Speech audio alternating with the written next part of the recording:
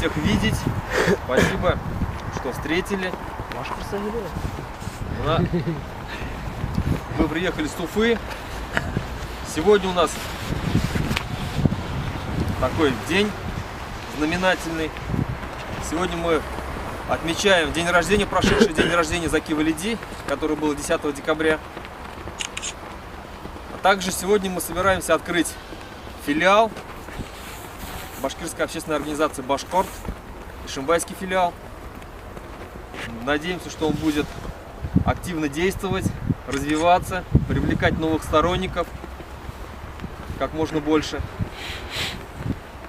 Очень рады мы видеть, что здесь поставили памятник Заки Валиди. У нас, к сожалению, в Уфе до сих пор нету.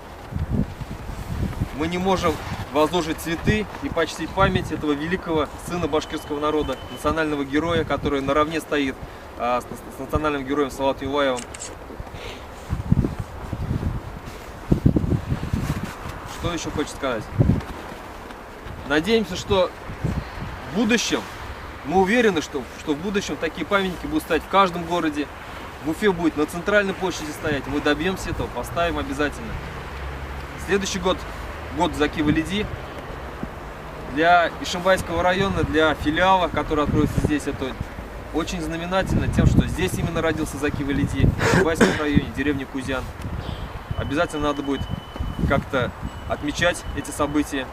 Весь год будет посвящен именно Заки Валиди.